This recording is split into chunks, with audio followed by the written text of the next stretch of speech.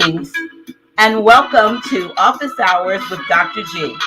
I'm your host, Dr. G, and I'm so glad you can keep our appointment. Tonight, I sit down with Nicholas Burston, cousin of 9-year-old murder victim Anthony Carter, Alice Jones, sister of 12-year-old murder victim Clifford Jones, and DeWayne Hendrix, author, filmmaker, and advocate against injustice.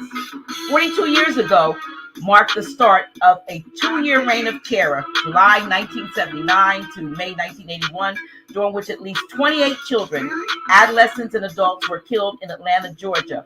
Wayne Bertram Williams became the prime suspect, was subsequently convicted of killing 2 men in Atlanta, Georgia, was vilified as a serial killer, and given a life sentence. However, while authorities, quote unquote, believed he was responsible for at least 24 of the 30 Atlanta murders of 1979 to 1981, dubbed the Atlanta child murders and ATLKID, Wayne Williams was never tried for the other murders of mostly children.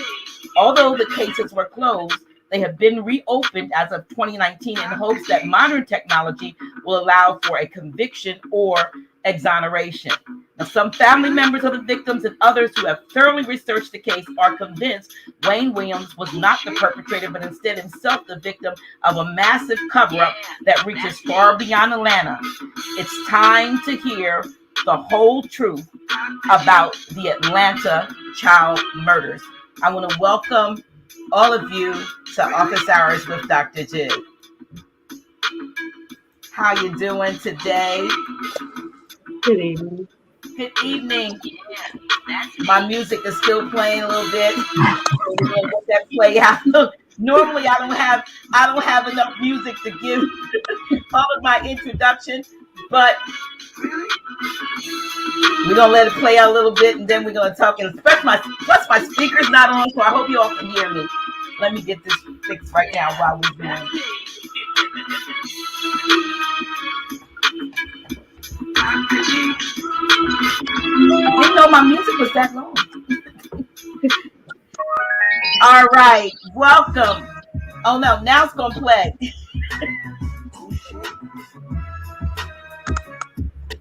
Yeah, that's me.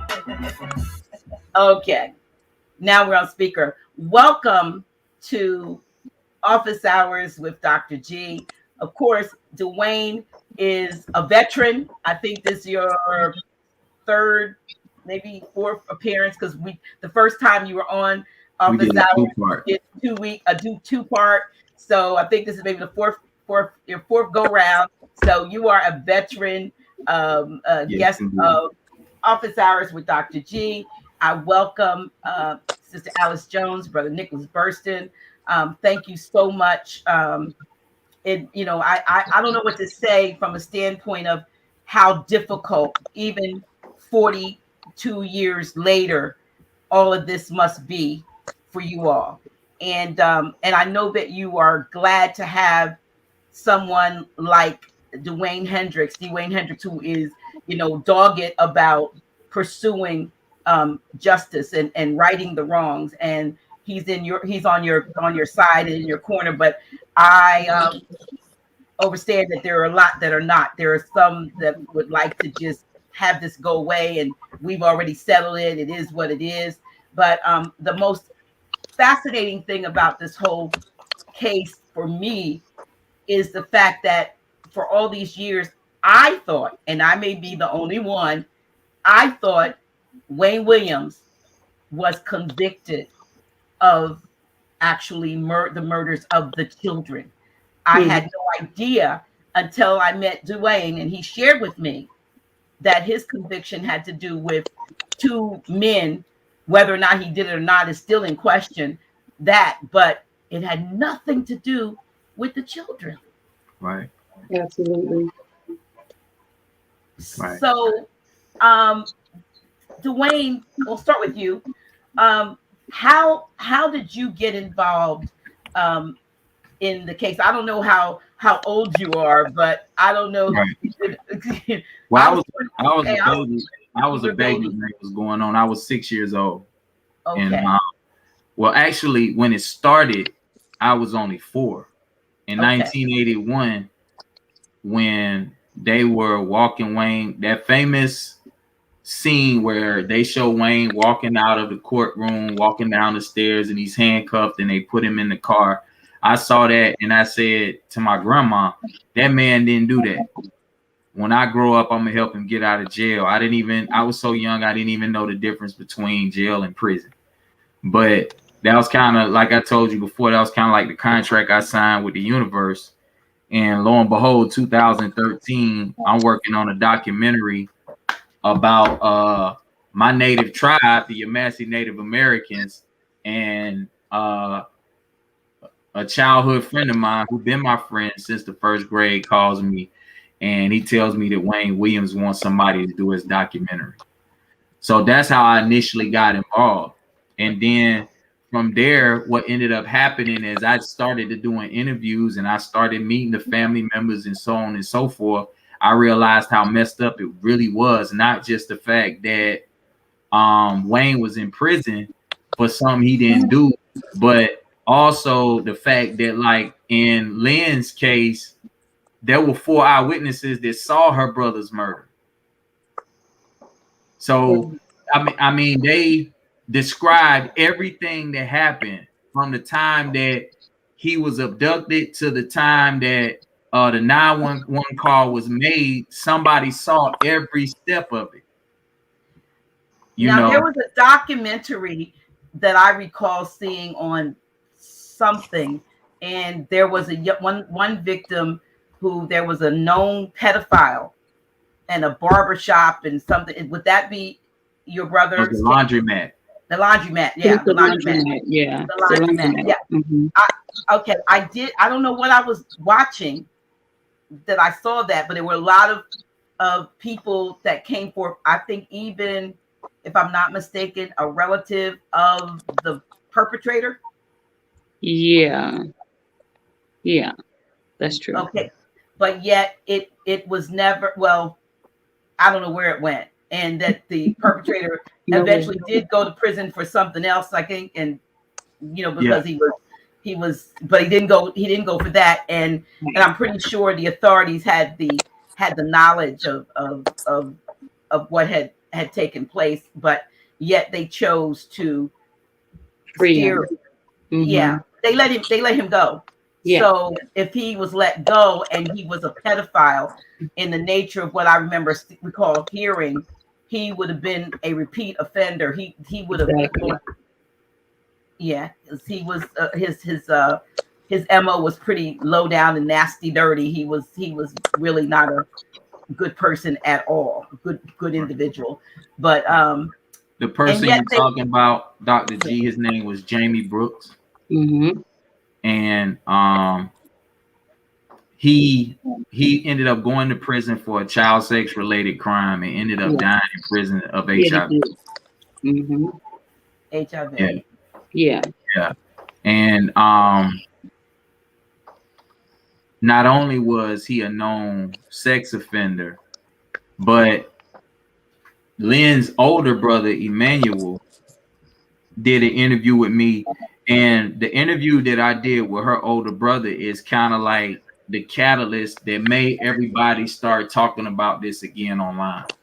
Because the interview that I did with her brother, I ended up editing it and putting it on Facebook with commentary from a documentary, probably the documentary you were talking about, called Reclamation. Mm-hmm.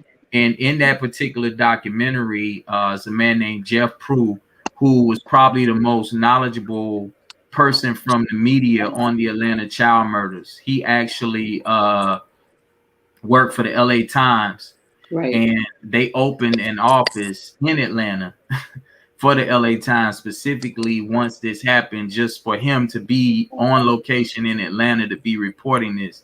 And he even authored a book called The List with a former detective from Atlanta named Chet Detlinger. So when I put that interview out, it got like, I want to say 60, 70,000 views within maybe a month or so. And when you would go through the comments, it was all these people talking about it. And that was kind of like what gave birth to so much interest again in the Atlanta child murders. And with her brother doing the interview, the thing about that situation is that her brother was actually there with her other brother when he was abducted that day. Right. And the police took him to the actual location and told her brother Emmanuel that they have all kinds of stuff, weird stuff going on in here. They have drag shows, they have this, that, and the third. Men be with little boys in here. This was what the police was telling him because they were running up and down Bankhead Highway screaming, looking for the baby brother. Yeah. And they even threatened her brother and said, "You gonna tell them that you came this way to come up here to the store and you didn't walk this way," and all of these different things that they was doing. Yeah, they did. Now, who is they, if I might ask? The police. The police. The police. Policy enforcers, the ones that are supposed to protect and serve. The protectors, exactly. And they actually wanted to change your brother's testimony as to what had occurred with his own brother. Right. At that point, did he know, or did you all know what had become of him? That Clifford, right? Right. Not at that moment. Not at that particular moment. No. Okay. Now, are you older? Were you older or than him or younger? I'm younger. Okay. All right. I'm younger. Okay. So before I go any further, please, I should have said this at the beginning. Please like, please share. This is something that everyone needs to know. Please hit that share right now before we go any further. Subscribe to my channel. Yes, but even if you don't do that, please like and share. Like and share, okay? Right now, because there should be a lot more of you in this chat listening to this firsthand account, this information. I want to say it's breaking news, because even though it's 42 years in the making, sometimes it takes a lifetime. They say like 40 years is a generation, and sometimes it takes a lifetime for the truth to be revealed. And I will say that over the last year or so, with everything that we've been going through, a lot of things have been revealed about things that have been going on, and these things are not new. And these things may even reach all the way back to the cases that we're discussing. So please like and share, and I appreciate you doing that. So back to this. So how old were you, Alice, if you don't mind? I can call you Alice, right? Yeah, you can call me Alice. All right. I was 6. You were 6. Yeah. What is your recollection of because I'm sure you're in the midst of a whole bunch of. Yeah, I was in the middle of all of it because my mom would not let me at her site. So everything that was said, everything that was done, I heard because I could not move course. Mm-hmm. So I just remember when my mom got the phone call saying that they found my brother. It was wasn't even 48 hours. They found him really quick. It was that night. Because we didn't live here. We were visiting, first of all. We were you didn't live in that area? No, we were visiting my grandmother for a family reunion, actually. Oh, my. Yeah, so we had no idea this was going on in Atlanta, or my mom would have never sent us here. She's still right these days so upset because it wasn't worldwide. Because if they would have made that statement, would have never been in Georgia. But we were visiting. So I remember when my mom got the call, we were sitting on the porch, and they was like, yeah, we found them. And they told her where they found them at. So my recollection goes all the way back to when he first came up missing. So I kind of remember everything except for the items that my brother told me about that I was not with him on, because I wasn't with him all the time. By me being the baby, I was with my mother. So but my brother told me a lot of things that He didn't share with a lot of people. He shared a lot with Wayne. He probably told him 100% of everything because of the interviews that they were doing. But yeah, my recollection is pretty clear. Now, your brother was how old? 11 going on 12. And your older brother, Emmanuel? He's a year older. They was He's all a a year year older. Mm-hmm. So they were somewhere in an area that you all were visiting, and your older, well, his younger brother, was kidnapped, but Right. he was not taken. Emmanuel was not taken. No. Or were they separated, or did they get separated somehow?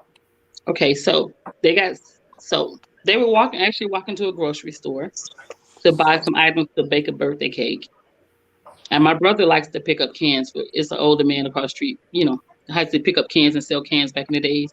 So as he was walking, he was picking up cans with them. But he always was behind them, trailing behind them. So when they got to the grocery store to actually go in the grocery store to buy the cake, it was an older lady outside putting groceries in her car. And he asked my brother, could he stay out and help her put the groceries in the car? So my aunt and my aunt was with him too. So my aunt and my oldest brother both went in the store. And they realized after all the time came by that Clifford never came in the store. And that's when, all chaos broke loose. They came out looking for him, screaming his name. Nobody seen what happened to him. All they knew that he was putting groceries in his old lady's car. And that's how he came separated from them. Because we didn't know our way around Georgia, so it's not like he was wandering anywhere. We didn't even know people here at that time, but our family. So that's how I'd say he was abducted and snatched, because he just not gonna get in the car with nobody. He's not gonna go walk away from nobody. We were very close knit. My mom didn't play that. And I'm surprised she even let them walk to the store. And that's because they was walking with my auntie, which was maybe 2 or 3 years older, but it was supposed to be a straight shot and back home. Mm-hmm. But as far as I'm talking to strangers, that's a no-go. We just didn't do that. What comes to mind, even though he was, doing a good deed, Yeah. he was abducted, is a lot of times, even today, I will see young women walking down the streets, cell phone, talking, babies behind them. Yeah. And, sometimes they're toddlers almost, and they don't, someone could jump out of a car and swoop them up, or just snatch them into a house, because they're not even looking. You know what I mean? They're not even, they have this, their faces in the cell phone, and they're not even holding the hand of their child and so forth. So, but here this is something, like I said, I wasn't aware of. So he was out. He probably helped the lady. The lady drove off. I'm assuming, and we're assuming. We don't even know if she was part of it. Like I said, we're assuming. Yeah, or who knows? Because nobody's necessarily going to know that a child is going to be courteous or brought up in a way that will say, "Oh, I want to help the lady," know. So what? But was she ever located? Did she ever come forth? No, and I guarantee you, he didn't go just willingly. Trust me. If somebody grabbed him, they had to really contain him, because he's scary. So that's why I say I knew he wasn't he was the scariest one of the brothers, like far as going places and doing things like that. So they really had to really contain him quickly, because they was going to have a fight on there. Like he was solid. Like, it's not like he's, you're going to just grab a kid and he's not going to do nothing. No, not that one. Mm-hmm. So your brother Emmanuel, how does he how does he subsequently find out all of the details? Which details? The one that for instance, when I saw the documentary, they were talking about the laundromat. They were talking about the things that had occurred. Oh, okay. Well, but you said yeah, go ahead. No, I'm saying that you said he shared a lot with DeWayne Williams himself. So how was he apprised of what had actually occurred? Did that come from the police, the policy enforcers? Did they share that, or was it word on the street, because that was just that kind of loose? I know the police didn't really share it like that. It had to been like people like DeWayne and other activists that were really talking about and everything that happened. Because to me, quite frankly, from there on to now, the police really wasn't that involved like they should have been. Mm-hmm. The news probably blowed it up a little more than, the police probably, to me. That's just my opinion. Because like I said, it's a bunch of connections that we don't know about that's really going on. And a lot of the stuff is politics. I'm just gonna say that. But far as my brother knowing about, you know, 95% of it, because he lived all of it, even with them picking him up, and telling him don't tell anybody, he kept that to himself a long time. He was too So they afraid to picked tell it. the They police were. picking They him up. were. So the police were picking your brother up and trying to make him recant or change his testimony as to what happened. Right. So they tricked him in the car by saying, "Hey, we think we know where your brother is." That's how they tricked him in the car, first of all. And he was like, "Oh, okay." Then they was like, "Take me back to, wherever retrace the caps." And I guess when he said once he got in the car, he realized, okay, I don't know if this was a good idea, but it was too late because he's already in the police car. So they took him down the street. And I know there's a graveyard on both sides of Hollywood Road. Hollywood Road, yeah. So they took him past that down to the laundromat. And they was trying to make him say the statements that was not true. And first of all, just to put this on record, the two graveyards on both sides, my brothers were terrified of graveyards. That would have never happened. They wouldn't have walked past it, around it, none of it. So that already was alarming when he told me, I was like, why would they even do that? But they tried to make them say their statement. And, And he had to say okay to eat for them to get him back home, of course, because they wasn't going to probably wouldn't have brought him back home if he didn't, agree to it. And of course, they needed him because they thought they was going to have him to say that, to take some of the heat off or to calm down the heat or whatever their intentions were that day. Right. But when they brought him back, they didn't bring him back to the house. They brought him back to the street and, of course, told him, you're not going to tell anybody about this interaction that we had. So he didn't tell anybody about that until he was an adult. He kept it all that time. He was that afraid that somebody was going to come back because he said something. But they never came back again to the house to interview him again. So I don't know what was the purpose of them doing that, but I'm pretty sure they know something that we don't know. I know the purpose. I know you know. So tell yeah. us. Because the police was involved and they were protecting these known pedophile hotbeds throughout the city. There was a two very wealthy men involved, and one of the men owned properties in almost every area of the city where these children was disappearing from. And this particular man was connected to a white supremacist group, and he had, I want to say, probably 75% of one of the police force at the time in Atlanta on his payroll. Why? So he was basically controlling, and when I say Atlanta, I don't mean the Atlanta police, I mean the metro Atlanta area.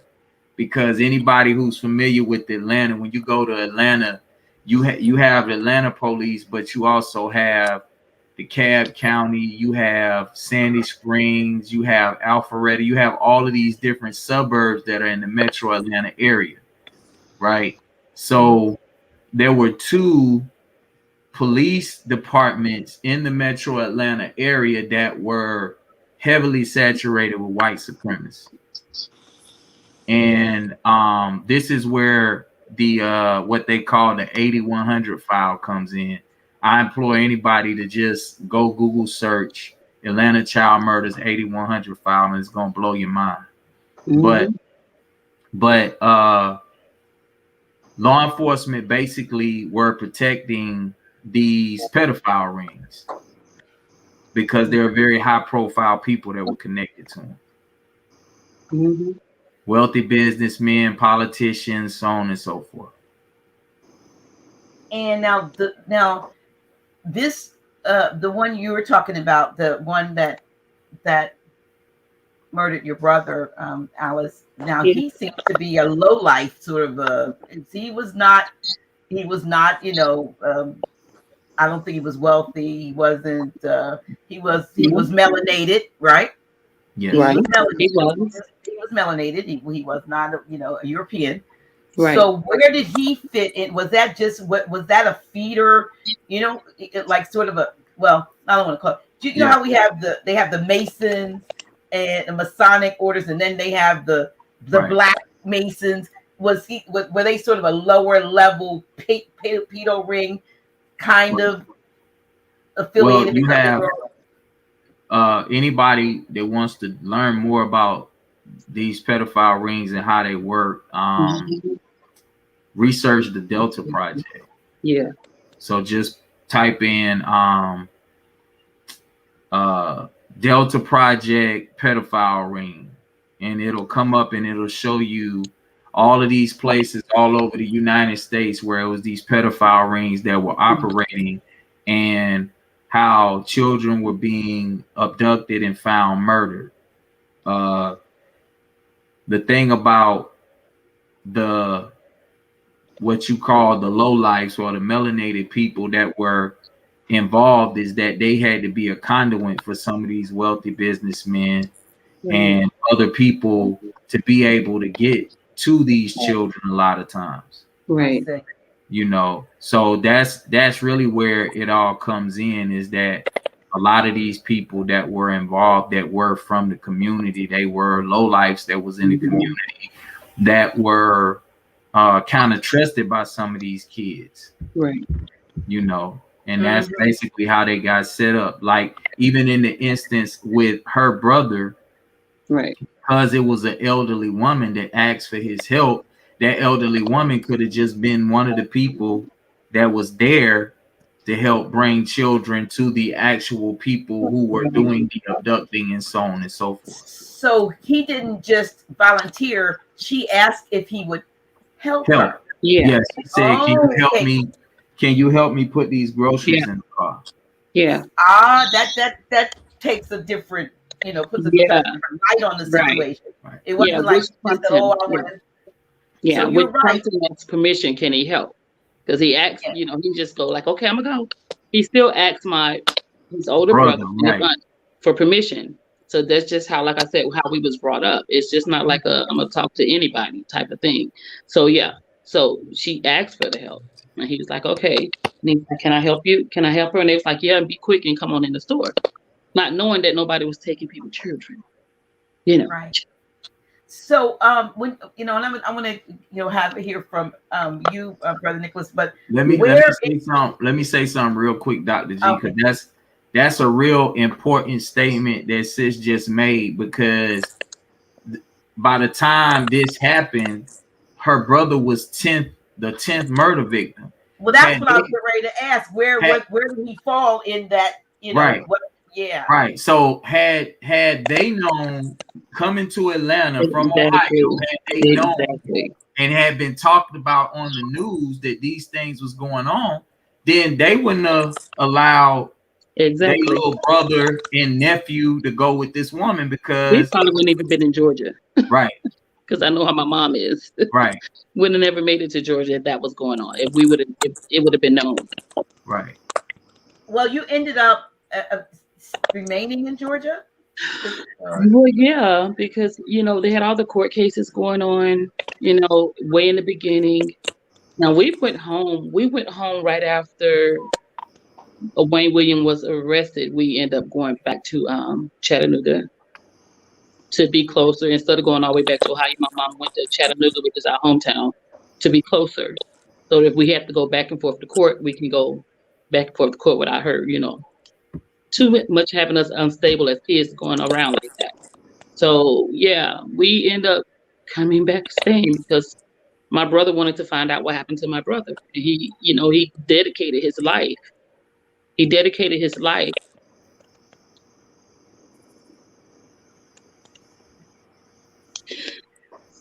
sorry.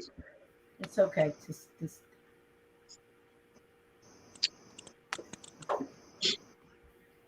He dedicated his whole entire life trying to find out what happened to my brother because he kind of felt he blamed it on himself because he was with him, you know.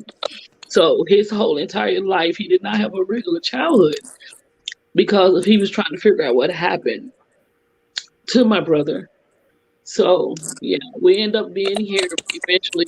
Um, I think the year of 1990 is when we was here permanently. Mhm.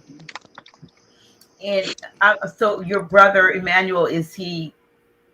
Yeah, lost them 3 years ago. Yeah.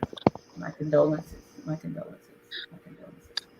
And so you were one of the families, I would assume, that was looking at this can't be it. You Right. can't lock this man up for these two adults that have nothing to do with my brother, but yet give the world the impression that Exactly. he's the murderer because somebody has gone free. Somebody has, Exactly. it's bigger than this one little lone guy with a camera. you Yeah. know this is and the mere fact now I'm hearing that your brother was pretty much picked up, almost kidnapped himself by the police, the policy enforcers as we call them, Right.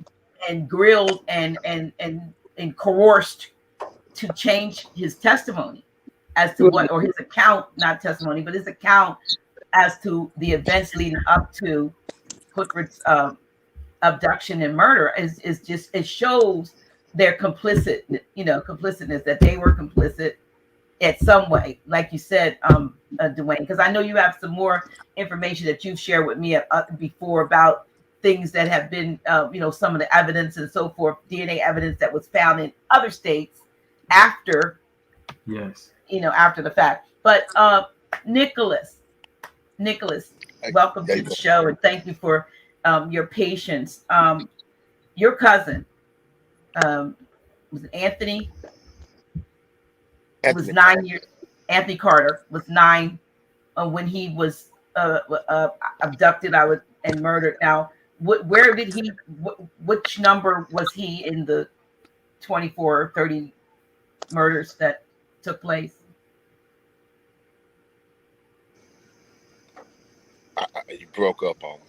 There you are. I was asking where did he fall in that number? They were like, say, 24 young children, and then and He adults. I was guess they have to. he was victim number 11, right after Mr. Jones. Right after Oh, Clifford. Anthony, right. Oh wow. Okay. Anthony, yeah, he was victim number 11 after Mr. Jones. And my cousin was originally from Hogansville, Georgia. He migrated to Atlanta in 1979 to live with his mom. He wasn't even there long before he got abducted and killed.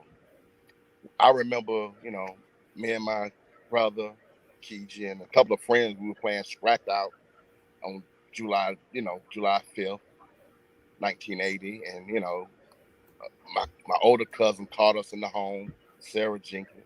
We go in, they sat us down and told us, your cousin Anthony had been abducted in the Atlanta child murders. And, we close with Anthony. Anthony was always smiling, full of energy, just a mannerable kid, and would help anybody. And we sat and wait. Cause we wasn't sure. They just say he was abducted. Nothing certain that he was murdered on the 5th. And a cousin of ours had called, and she had confirmed on the 6th they had found his body on Wells Street in Atlanta, laying face down in the grass. And Anthony had lived in 896 West End in Atlanta, and he disappeared from there.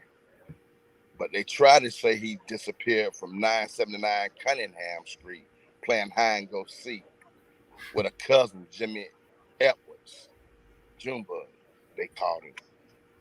Junebug is an interesting character to me. In all the files, Junebug is like a suspect, and he was Anthony's first cousin also. I'm kin to Anthony by his father, Larry Burston, and Jimmy Edward would be kin to him by his mother, Vera Carter. And they was together, and Anthony went to live with Miss Carter up in Atlanta.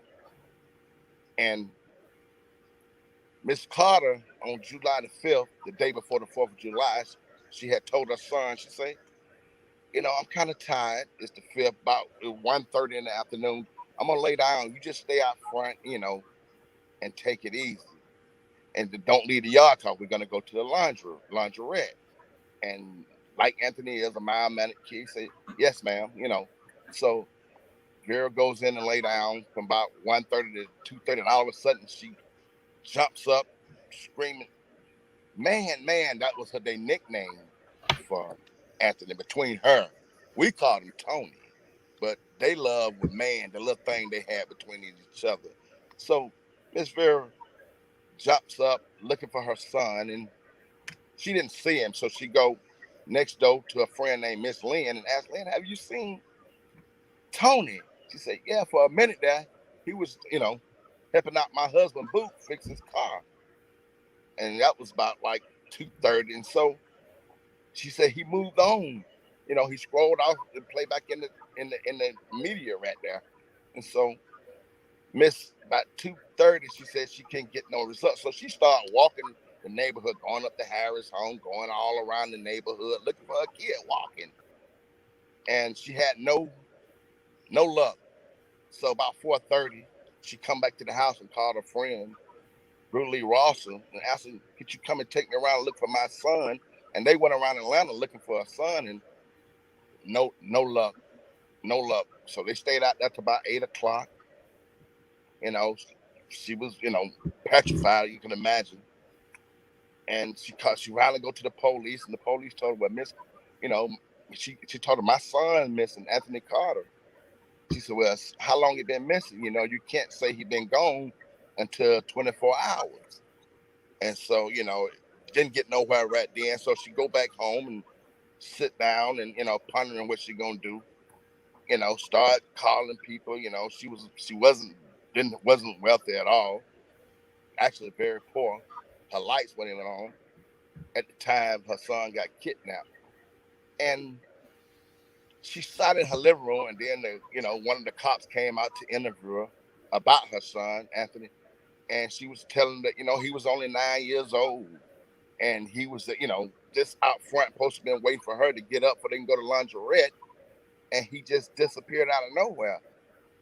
And and could y'all please get on and go find it? And a white officer, he didn't seem enthusiastic about helping her. So she told him, could you call the crime unit, the murder unit, and hook them up so she can talk with them. The task force. The task force.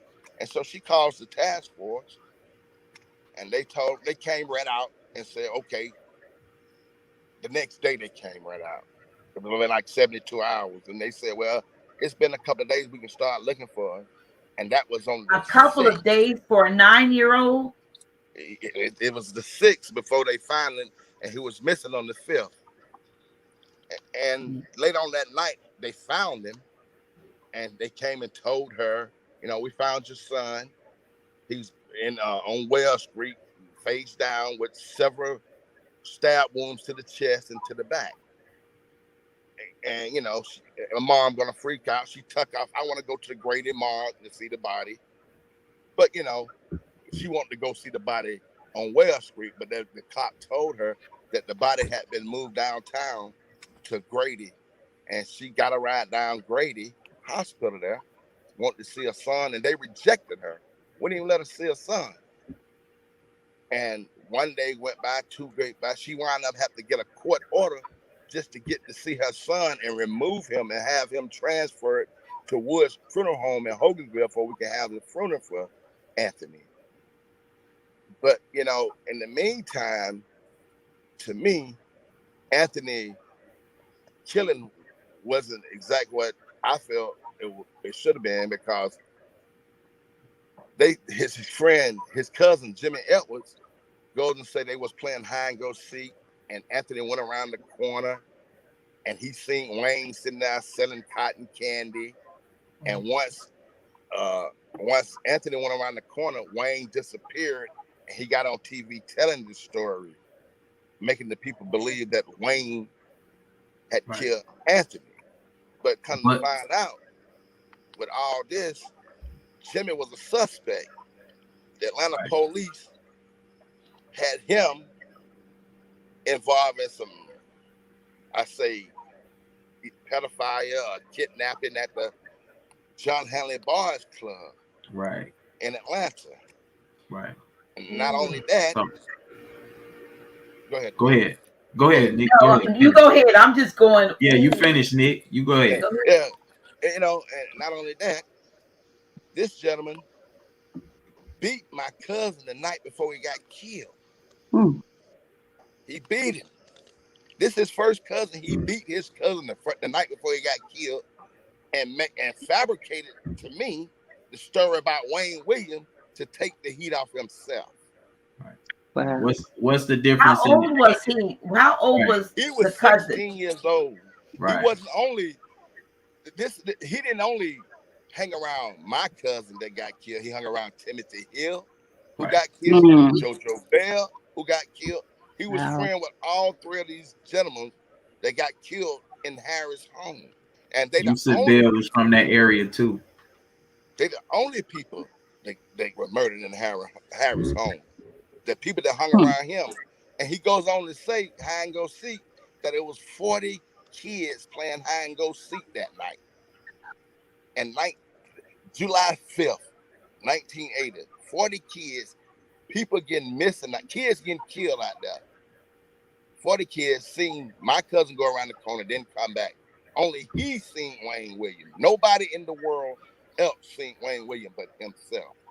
We can't find nobody in Atlanta, nobody in Harris' home that played hide and go seek with this gentleman. Nobody made a statement about anyone playing hide and go seek at all. Except him. Yeah, and this is what's important for people to know. There was a white suspect that was seen in these neighborhoods that they called the Cotton Candy Man. And it's actually old archive footage on that.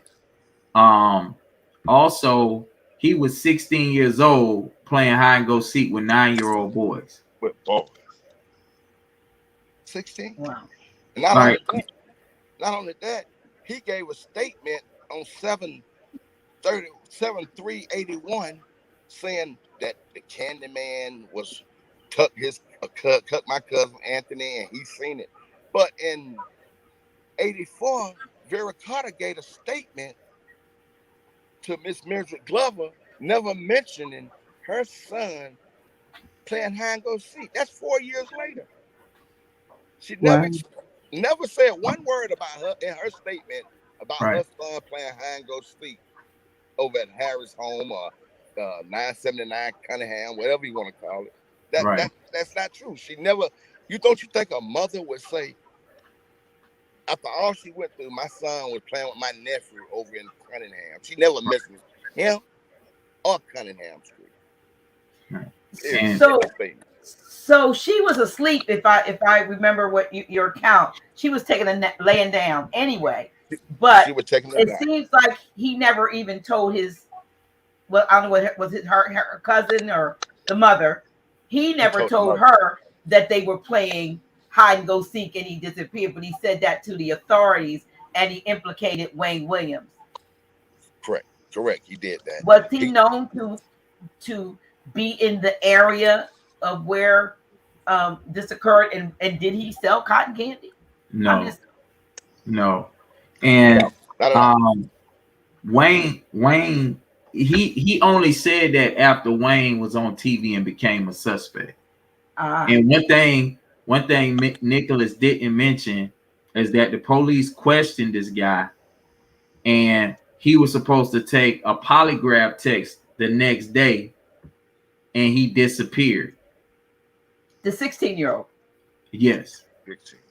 Yes, because they questioned him because multiple people reported him as a suspect. Right. You see, so he only came back later and made a statement about seeing Wayne Williams in the neighborhood and so on and so forth after Wayne Williams was plastered all over TV. And when he was being questioned, when they backed him into a corner during the questioning and asked him would he do a polygraph test, he agreed to do a polygraph test the next day, never showed up the next day. Was he ever found? Did he ever show back up, or did he go? After Wayne Williams was on TV and Wayne Williams was a suspect, Exactly. he showed back up. So then they still. Why wouldn't they have gone forth with the polygraph though? Right. Because they once they had their man, they had their man. Exactly. Once they had nothing else mattered. Yeah. What people don't know, they know now. But what happened was this with the FBI. The district attorney in Fulton County District Attorney Louis Slayton is on television, on record, saying that it was no evidence against Wayne Williams to convict him of a murder, of any murder. But what happened was this.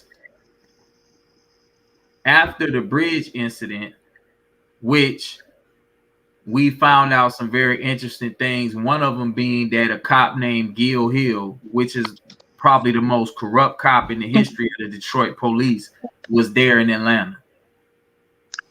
Right. But and Gil Hill was the guy who was Eddie Murphy's boss in Beverly Hills Cop. So he ended up being an actor and everything after all of this. Gil Hill, if you're familiar with the White Boy Rick case, Gil Hill was the detective that was being paid by Johnny Curry, who was one of the biggest drug dealers in the history of Detroit, to cover up murders and everything else. And one of the main hitmen that was a part of this group in Detroit is actually on record saying, yeah, Gil Hill told us, don't kill this person, but you can kill this one. So anybody that hasn't heard of Gil Hill, you're not from Detroit, just go watch the White Boy Rick documentary. But this particular cop was in Atlanta. And what people need to know about that bridge incident is that it was all staged and it was all fabricated. And there's no way Wayne Williams could have threw a body over the side of a bridge. There's no way humanly possible any of that happened. No. But what they did was this. The FBI, one of the killers had already sent Wayne Williams' name to the FBI. Right? When the bridge incident happened, they sent Wayne's name to the New York Times. That's how Wayne Williams became the Atlanta monster. So everything that happened was all based on the FBI and pressure that was taking place all the way up to the White House, because George Bush Sr., when he was the vice president, came to a meeting at the governor's mansion in Atlanta and told Louis Slayton, the Fulton County District Attorney, that if he didn't prosecute Wayne Williams, he was going to get the U.S. Attorney General to prosecute Wayne Williams. And when we put our documentary together, I have a letter from Director Webster of the FBI thanking Louis Slayton for prosecuting Wayne Williams. Was he the Attorney General in Georgia? He was the Fulton County Attorney General, District Attorney. District Attorney. Okay. Yeah. So, can you talk about the fact that Wayne Williams may have had some military connections earlier in his life? And well, he wasn't military. Wayne's father worked on a few military projects because he was a educator and he was very good at science. And his uncle was a colonel for the Defense Intelligence Agency. And Wayne himself was recruited into the CIA Junior Officers Program. So that's what that was about. But the thing about the CIA Junior Officers Program, what people need to understand is that don't mean Wayne was Jason Bourne or something. Like he could do something superhuman or something like that. That wasn't the case. What was his was his father and uncle, I think uncle and father's position, did that probably open a door for him to get into that Of program? course.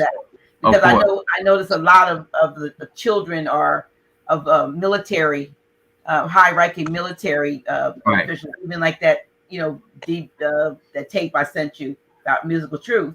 Right. A lot of the high-ranking military officials' offspring end up being sort of MK altered or whatever you called it, and groomed Correct. to be in various and sundry parts of society, because they always want to have their thumb on what the pulse of what's going on. So be it politics, media, music, art, they're always social engineering.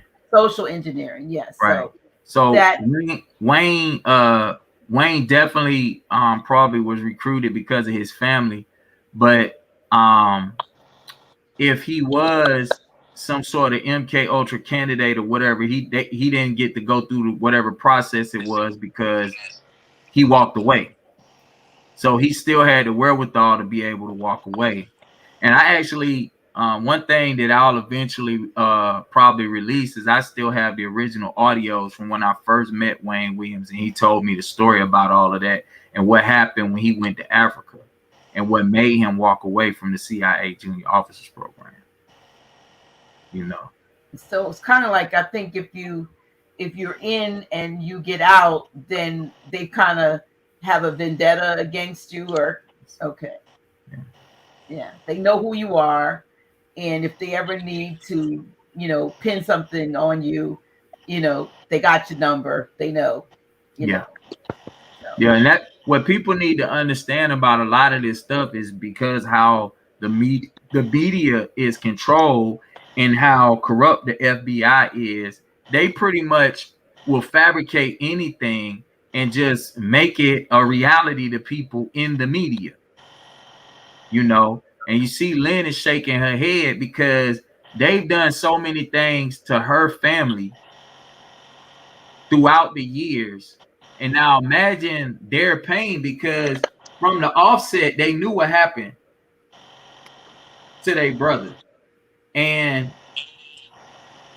it is so bad that a law enforcement official sued the city of Atlanta, a man named Sidney Dorsey, who is sitting in prison right now for a murder that I don't think he committed. I don't think he had nothing to do with it. But I sincerely think that he was innocent and he got framed for murder because of what he knew about these cases. But Sidney Dorsey right now to this day is sitting in prison. He sued the city of Atlanta and won based on how they handled him in the case, because he took information to a grand jury that would have exonerated Wayne and brought more suspects to light. And they told him, stand down, we don't want to hear it. And then because of his I guess his rebelliousness in that particular situation and him trying to figure out how he could get the necessary information to the right people, they put him on like parking duty or something crazy like that. And he was one of the most decorated homicide detectives for APD at the time.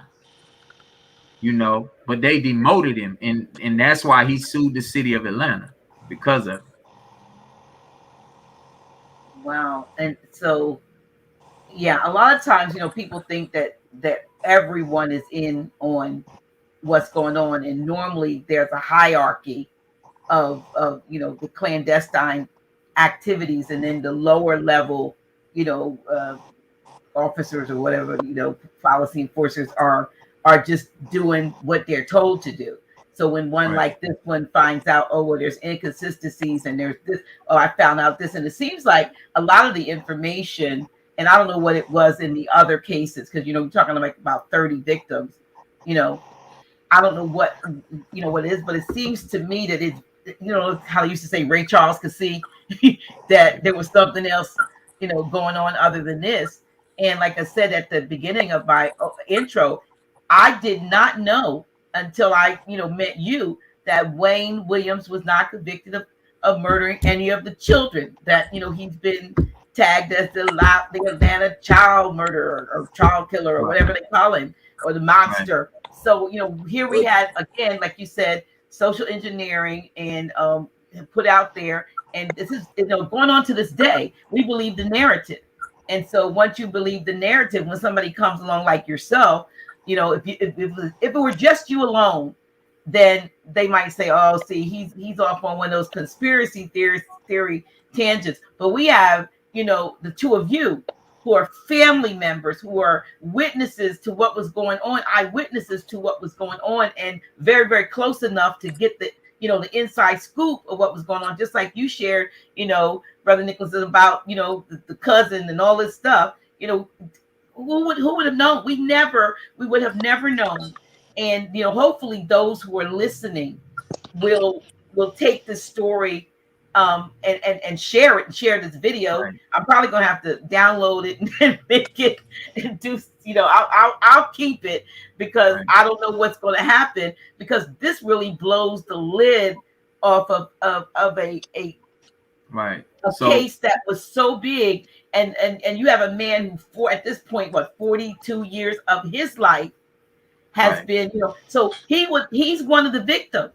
Right. These children are definitely, and young men, and and I think it was one young lady, if I'm not mistaken, right? Which no, it was a couple. It was it was 12-year-old Angel Lanier, and then it was 7-year-old Latanya Wilson. So it was two. Okay. Yeah, well, 2 girls. Largely males, but so so this is important. For people to understand. And so, like, that's my brother, that's my sister. And to some of the mothers, I'm their baby. Right. So it ain't just them. It's just that they're a part of the podcast that we do. So, even more so when people see this, please go and check out our podcast at Kid Unleashed. But with the prosecution of Wayne Williams and the two adults that they accused Wayne of murdering, Nathaniel Cater, the second little girl, Latanya Wilson, and Nathaniel Cater were next door neighbors. And he was a maintenance man in her apartment complex, and the window that she was taken out of, his fingerprint was found in that windowsill. And his fingerprint was actually found at another one of the crime scenes. So there were 28 sets of fingerprints that were found in all of the Atlanta child murders, and Wayne Williams's fingerprints was never at any of the crime scenes. But you have one of the victims, quote unquote victims, that Wayne supposedly murdered, and his fingerprints was at 2 of the crime scenes. And if anybody, the neighbor of the child that was murdered, right, who gave him opportunity, he was a maintenance man, and and probably motive because he's probably another pedophile. Right, but not just that. If you look at the Atlanta child murders and you look towards the end of the list, you'll start to see the ages going up. So it's little boys and girls all the way up until maybe like the last 8 or 9, and then you start seeing 17-year-old boy, 16-year-old boy, 21-year-old man, 27-year-old man, 28-year-old man, 22-year-old man. You understand? So it's important for people to understand that part, because that was the cleanup. Because most of these people that were adults were people that could be implicated as parts of the pedophile ring. And Nathaniel Cater, the guy who they said Wayne threw over the bridge, it's a couple things about him. For one, I have a statement of an eyewitness that said they saw him after the alleged bridge incident, for one. And then the other thing is he was staying at a hotel called the Falcon Hotel, and two men that I've been able to put two and two together as to who these two men were that were involved in the murders came to visit him. And he was never seen again. And he told people once certain people started dying, he said, they coming to get me next. Wow. So that's interesting. So the older victims may actually have been perpetrators that they were now bumping off because, you never know if they're going to crack and start, being supportive of their people and saying, look, this is what's going on. It's a conspiracy at the highest levels and so forth and so on. So, with the some of the interviews and things that I've done, one of the people in particular that we know was involved with the murders, I got a person saying that they saw 22-year-old Eddie Duncan leave a part of town in Atlanta called Techwood, which was one of the housing projects. They left together, and a day later, they was pulling Eddie Duncan out of the Chattahoochee River. So who did he leave with? I can't say the person's name because the person is still living. Okay. But that person right now is in a Georgia penitentiary for a child sex related crime. And this same person has been accused of murdering another little boy in another state. But many of the people that lived through this were protected by law enforcement. One of the people in particular was a man named Larry Marshall. And Larry Marshall admitted that he was involved. And he basically, told them that this person y'all got on the news, Wayne Williams, I never seen him before, but I know where the man is who's doing the murders. I'll take you to him. And the man that was doing the murders was working out of, one of the men that was doing the murders was working out of a coin shop downtown next to the Omni, which the Omni was one of the pedophile hotbeds as well. And the interesting thing about Nicholas is his cousin. He'll tell you that when he was found next to a bunch of coins. Wow. He also was found with fried chicken in his stomach. And one of the children in the Oakland County child murders, which was murders that took place outside of Detroit, Michigan, the same place where this crooked cop Gil Hill was. And it was similar to the Atlanta child murders. It just wasn't as many children. But a kid named Timothy King was abducted and found murdered there. And he had chicken in his stomach because his father said on the news, my son's a good kid. He'll listen to you, feed him chicken. That's his favorite meal. So that was the last meal they fed him before they killed him, was chicken. So he was found with chicken in his stomach, right? And he was last seen wearing a hockey jersey. And one of the murder victims in Atlanta, Alfred Evans, was found with a hockey jersey on that wasn't his. The same thing about the dog hairs and the carpet fibers were on these children in Oakland County, Michigan, as well as some teenage girls that were killed in DC in what was called a freeway phantom murders. And basically these murders were all linked, and the murderers that were doing these murders were taunting law enforcement and leaving clues. So even in the case, for instance, with Clifford, Lynn's brother, he was strangled, but he had a mark on his head that was post-mortem.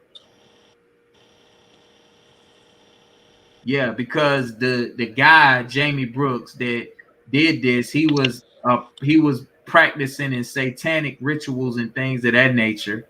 And some of the people that were involved in this, we now know had occult affiliations and were involved in sort of like a satanic order. Wow. So It's just like if anybody has seen the Son of Sam documentary that just came out on Netflix, it's very similar. so were these, you think these people were programmed, or were they just, willing to sell their souls, so to speak, to get, have access to children and and know that they weren't going to be prosecuted as long as they were, filling the pipeline for these maybe upper echelon POs people? I'm not gonna. I have to stop. We have to stop using the word so much because the algorithms. But the P's, we'll call them the P's. So Right. they had to feed. They were the pipeline up to the upper echelon, and so they had the opportunity to, if you will, feed their own fantasies in the process. Well, I think a lot of these people were getting paid very well to do what they were doing. And when I say the people that were involved in this were very, very wealthy people, I mean they were very, very wealthy people. For instance, if you do the research on what I'm talking about with the Son of Sam, there were implications that there were actually some of these murders that were videotaped. So, they call them snuff films, and snuff films, they could go for six figures because there are people who are just so sadistic and demented and into these sort of things. And one of the things that is a very little known fact in the Atlanta child murders, that there were actually filming tape, the Memorex filming tape, when they used to have the reel-to-reels. There was actually some of that tape at two of the crime scenes. Yeah. So it's Because I was going to ask you what would have been the motive, and now that is a motive. That if there it's the fantasy of the perpetrators and all of the ones that they know, millions or thousands and thousands that will pay handsomely to see this, because these children, I don't know, in some cases out in LA and different places, I've heard situations where they would have these drive-bys, and by the time they would try to go and pick up their sons, they wanted to get their bodies and whatever, organs have been taken, and different things were not right. And was any of that ever the case in these? Yes. And I mean, if for anybody that's watching, if they go watch ATLKID Unleashed, my colleague Jocelyn Jensen, she's actually in the comments. What's up, Jocelyn? What's up, Azar? Those are two of our people. But her and Venus Taylor have a conversation on the third episode of our podcast, in which Venus Taylor is talking about hypodermic needle marks that were in the genital areas of the little boys. And you can go ahead and tell them what you found out, Lane, if you want to, later on. Yeah, I was just agreeing with what you said, because I had a coworker that knew nothing about my life. Mentioned that he was worked in the morgue, and he was wondering why all the boys had needle pricks in their scrotums, and why they were drained. So I know that to be true, just from someone that was there working there. Right. And that's what Venus Taylor told me from day one in 2013 about the hypodermic needle marks in the penises of the little boys. Dick Gregory has gone on record to say that they were extracting interferon from the little boys, and interferon is used in cancer treatment now in 2021. then there's also that A word, we can't say it, that we now hear, that's been made very, popular in the last year or so. We've been hearing about that thing that comes when extracted by fear. Right. And Crone. so that, Yeah. so who's to say that it wasn't being done, back then? We're just coming to an awareness of all of the things, that many things that are go so far back, Well, that the interesting thing about that is that one of the things that Venus told me about interferon, and what she was told by a scientist, is that the purest interferon are young melanated males of a certain age. They have the highest concentration of it, in that when a person dies, it ramps up in the body at death post-mortem 500%, this particular protein in the body. And not only does it ramp up that much, but specifically after a person has been asphyxiated. So that's why so many of the children, when you look at the cause of death, or I ain't gonna say that's why it could be, because it's still a theory to so many people. Asphyxiation, though, increases the percentages of the interferon in the body. So that could be a reason why so many of them were asphyxiated. So all interferon, because I've heard about interferon treatments for quite a while for cancer. All of it has to come from a human being, or does it, or I'm not sure. I just know I haven't, I haven't done extensive research on the interferon. I just know what Venus Taylor told me from the offset, and she's been adamant about that. That's why I'm just telling everybody to go listen to episode 3 of ATLKID Unleashed, because Venus Taylor don't put no cut on it. She just tell it how it is. You're gonna learn some things about Maynard Jackson being the mayor. You're gonna learn some things about Keisha Lance Bottoms, who was the current mayor, who really opened the cases so that people like myself cannot have access to the files. That's what it's really all about. So they're complicit in still trying to keep this under. Absolutely, because they tested the DNA, and they've admitted that they've lost so much evidence according to what they say. Right. The lady who was the chief of police at the time, Erica Shields, went on TV and said the city of Atlanta handled this investigation wrong from the very beginning, and they need to own it and take responsibility of it. She ended up getting booted out of town, and now she's the chief of police in Louisville, Kentucky. Well, at least she's still breathing. Yeah. I talk to people behind the scenes who, like, people send me all sorts of stuff now. Today I got a surprise. I'm gonna see if I can pull it up real quick, because people now that know that there's no compromise in me, and that I'm gonna keep fighting no matter what, and they've seen all of the different projects that I was supposed to be a part of and I never got to be a part of, and everything else, that they just send me anything that they think may be helpful. So I'm gonna share something with y'all. Is this a screen or video file? Yeah, it's gonna be a screen. But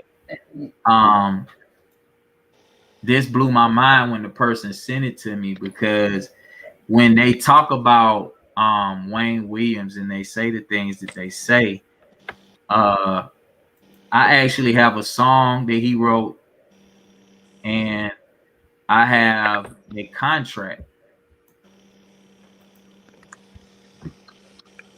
So, I'm showing this to show that a lot of the things that I say, you know, I can back up some of the things that I say, but not just saying it to say it.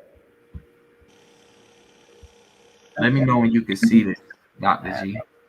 right. Let me see. I got it here. Let me see if I can get it up here. Share. Window. Home tab. I'm not trying to. You can't see it? I see it, but I'm trying to bring it up. Let me see. Okay. Here we go. Let me. Yeah, but that's actually, if you see, it says Metro Productions on it. It has a PO Box, Atlanta, Georgia address with an Atlanta phone number on it. That's actually a contract that Wayne Williams had with two of the kids that he was getting ready to manage and produce. Were these children subsequent victims? No, this is just to Oh, show yeah. that, you know, Okay. he really was involved in doing the things that he say he was involved in. You know, Okay. this is a song that he wrote right here. Uh-huh. You see this, these are actually the song lyrics. You see the word chorus there. Right. Yeah. You've been the sunshine in my life. You know, I don't know how the song sounded. I actually heard some of the music and it was pretty good. And then this is because they have accused his father of so many things that, you know, are untrue. This is actually a invoice for the event that Sammy Davis Jr. was at, and Frank Sinatra and all those people was at, where he was contracted to take pictures. Oh, Wayne Williams was. Wayne Williams' father. If you see right here on the screen, it says Sammy Davis Jr. and Frank Sinatra benefit show for missing Atlanta children, Atlantic Civic Center. So his father was contracted to take pictures of a benefit for the children that his son was being accused of murder. It was after his son was accused after the fact. Was it after this? Yes, it was after that. Way after that. Yeah. So the plot thickens. So both Wayne Williams and his father were photographers. His father was a photographer, and he taught Wayne how to use a camera when Wayne was like 6 years old.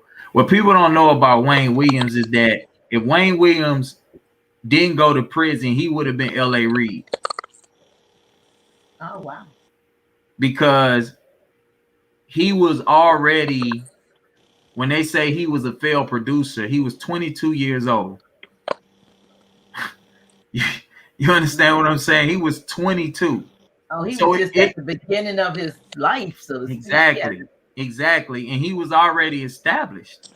At 22 years old, he was already working in studios. He was already, he owned a radio station at 15. He was in Jet Magazine at 15. So yeah, it's starting to all, the pieces are now starting to all fall into place with regard to him, that he's been on their radar for a very, very long time. He's someone who they knew about for various and sundry reasons, knew he had potential, but because he decided, it seems like, not to go along with the junior alphabet camp that he was in, that he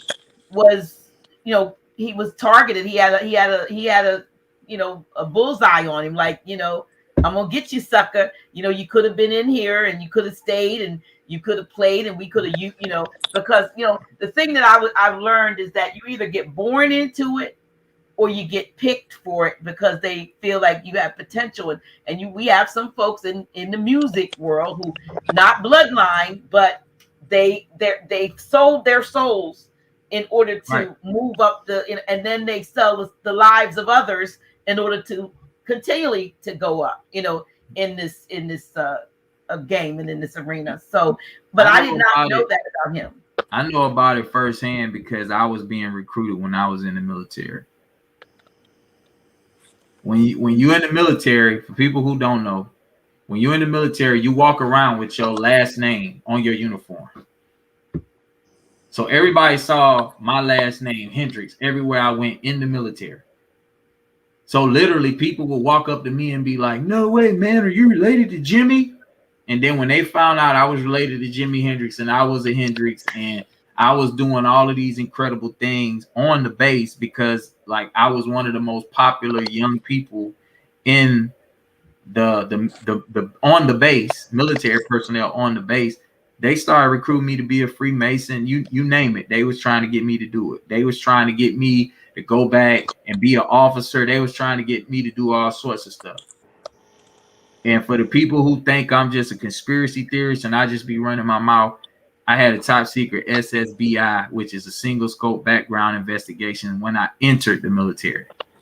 So from the time I went into the military, I had a top secret clearance. My AFSC, which is Air Force Specialty Code, was computer communications. So I worked in what's called SCIFs, which is a top secret communication facility. So I have a very, very, very broad scope of awareness about what the government is capable of, you know. So when people say, oh, he's a conspiracy theorist and everything, you have no clue and no idea how much I know and how much I don't even talk about, you know. But with the recruiting and everything else, they was trying to pull me into all of that weirdo stuff from the time I was like 18, 19 years old. You know. Yeah. So yeah. Now I know how it is, because I was in there too, and I had a top secret. I was in the Army counterpart, and I was in intelligence. So okay. I was in 98, C10, 98 C10 Charlie, okay. Electronic warfare signal intelligence analyst. Right. So you know, so I went to Goodfellow Air Force Base though for, you know, advanced infantry training. So I know. So my units was HQ US SOCOM, which is United States Special Operations Command, and US CENTCOM. So the first job I had in the military, I worked for the 6th Com Squadron, but it was in support of Headquarters US SOCOM. You know, and special operations it means exactly that. You know, all of the Navy SEALs and the Green Berets and all of them, they're part of Special Operations Command. That's the command that they fall under.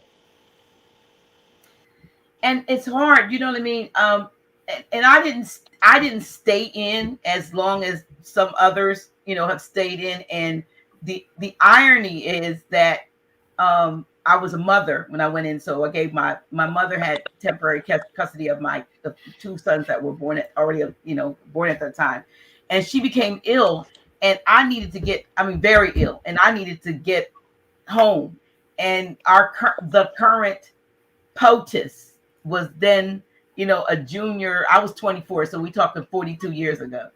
Was the one that put a congressional out on the base at the behest of a mutual friend that has now transitioned, and that's how I got home.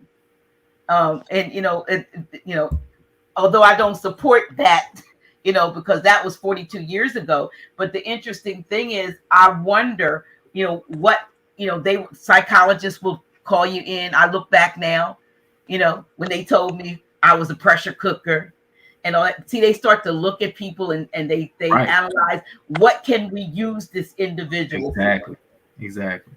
You know, absolutely. But I was able to get away from that. But so many people get caught up in that, and then, you know, you have no control over who you are, what gets stuck into your body when they say you got to take XYZ right. thing. Right. You don't know if you are, you know, an experiment in the works. That's right. And oftentimes you are, and so forth. And so I was so grateful that, you know, I didn't get to stay in long enough to be a continual guinea pig. Yeah. But people come out of there, and they're different. They're totally different. They're not. So I don't even know if some of these older suspects had spent time in the military. One of them definitely. was. One of them definitely was. He was a former Marine, and he was a black belt. And Are we talking victim now? no, suspects. Suspect. Okay. And he was in the martial arts and boxing.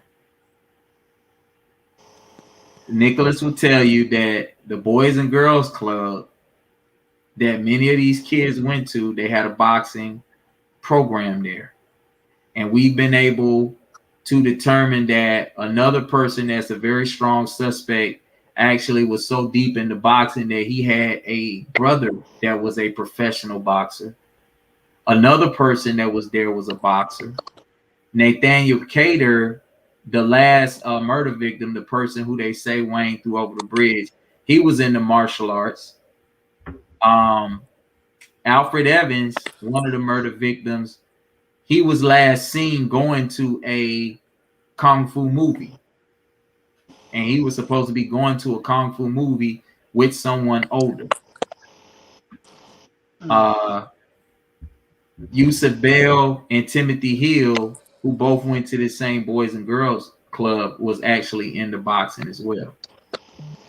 Were they starting to put together the fact that a lot of these children, like you said, frequented the same, establishment? They knew that. They knew that.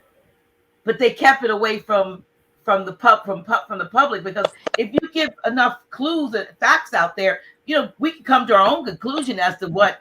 Well, you need to go look at the Boys Club, Boys and Girls Club, because somebody there is definitely involved. But if this information is being withheld, then obviously, like you said, there's duplicity and complicity and so forth at the highest ranks. And again, going back to to Alice, with your brother, Emmanuel went through, was straight out, you see out of one of those movies that we see where they, policy forces grab you up, and by the time they finish with you, you didn't see nothing. You don't know nothing. And you said, he didn't even tell until he was an adult. Yeah. He kept that in, and then he blamed himself partially. And he wanted to find out, and I know in his honor, I feel like what you all are doing and continuing to do, is so important. It's so important because, when I always look at it, we don't die, really, we transition. And even though we're not here and not able to see them, I'm so happy that they can see us, you know what I mean? And see what we're doing, and also help more from the other side. I'm sure that all of these victims, their energy is going towards this thing coming to a head, and the truth being revealed, and the blame being placed exactly where it needs to be placed, and taken off of those who have been wrongly and falsely accused, and to bring closure to these families, And so that's why I operate without any fear, right? And even so much so to the point to where when what happened to me earlier this year, when the charges was brought against me and everything else, and I told you I couldn't talk about it, Jocelyn and I was on FaceTime together, and I told her, well, I'm going to jail, because it's nothing that they could do that's gonna make me tell that woman right there that I'm walking away from this. Her mama called me baby every time she see me. She been calling me brother every time. So how I'ma let her down? Me and him done fought like real brothers. Bro, you don't know me like that, bro. Like, that's how me and him then got into it, over this. And all of the people that have come in and tried to come between us, they'll come to him and try to discredit me or whatever the case may be. And it's came from all sorts of different angles. We've been served with cease and desist letters. It's all sorts of things that's been done, because the one thing that people have not heard is the truth about any of this. Right. You see, and the truth in all of this, it ain't about this. What people got to understand, it's not about Wayne Williams anymore. They let people out of prison all the time. It's about everything they did to put him in prison, and everything they've done since to suppress the truth and keep covering up what really was going on. Mm-hmm. And that's what people don't seem to get, and that's what people don't seem to understand. Like the disdain that people have for Wayne Williams. When I see some of the comments online and everything else, it's like they so fixated on, they don't even realize all of the other stuff that they really need to see. Mm-hmm. You know, and what they really should see is that they still ain't told the world who killed this woman brother, and they know who killed this woman brother. So okay, if y'all gonna keep Wayne Williams in prison and y'all gonna keep lying about that, at least tell the truth about who did the murders that y'all know was done. Why they won't do that? Because they know if they admit to the world that somebody else killed her brother, what that does is it's a chain of events that's going to take place after that. And the more the truth come out, the more and more people who know what really happened going to start talking. And that's what they don't want to happen because of the corruption involved. Are there other family members of victims that are involved in or working with you all, or are you just, are you Yes. the other? There are others. Yes. Uh-huh. So, okay. So, you know, and they would never let, you know, the public know, the world know that the family members don't feel that, you know, justice has been served. Right. Right. They never air those interviews. They never. Yeah. Right. So just this past year, they had a mural that they put up in the Hartsfield, Atlanta airport, and she went and interviewed with a woman, and she told the woman, "I'm not satisfied, and this is just a ploy for the city of Atlanta to try to do something that feel good, but we don't care nothing about this." Right. They didn't put her interview on there, but they put the interview with the man who lied on Wayne, saying that Wayne was a cotton candy man. They put him on the news. Correct. Oh, he's still around. Yeah. And he's still telling the same lie. What? Is he in prison? He lived on the street. Yeah. Oh, he's not even in prison. Not at all. No. And he likely was the murderer of his own cousin. Yeah, he was. Yes, he killed his own cousin, Anthony Carter. Yeah, we think so. If he didn't do it, he was right there when it happened. And he's still around, and he's around children and all of this stuff. Now he's a preacher now. See, that's my goodness. He preaches to the people. Yeah. Look, I used to say, you know, I'm a former pastor, but no. But you ain't one of the biggest people. One of the biggest people involved in it. One of the biggest people involved in it was a pastor. Oh, really? And he actually, the same man that I'm telling you about earlier, Larry Marshall, who admitted that he was involved and he knew where the killer was and all that. The pastor gave a note to Timothy Hill, one of the kids that got killed, and told this guy, Larry Marshall, you need to get out of town because they coming to kill you next. And Larry Marshall was found in Connecticut. He fled Atlanta and went to Connecticut. And they picked him up in Connecticut on a warrant because he actually was trying to get a job in Connecticut with a fake ID. So when he came back to Atlanta, hey, Mama Eunice, that's Miss Eunice Jones. That's Clifford's mom right there, and Lynn's mom. Hey, Mama. Hey, Miss Jones. Great to see you. How are you? I'm making it. Well, we are trying our best. We're gonna get the story out, and we want justice to be served just like you do. And we pray in your strength and continued strength. And we believe that justice is going to be served. Justice is going to be served, and the truth is going to be told. I appreciate that. May God be with y'all. Yes, and ma'am. you too. Thank you so much. Thank you so much.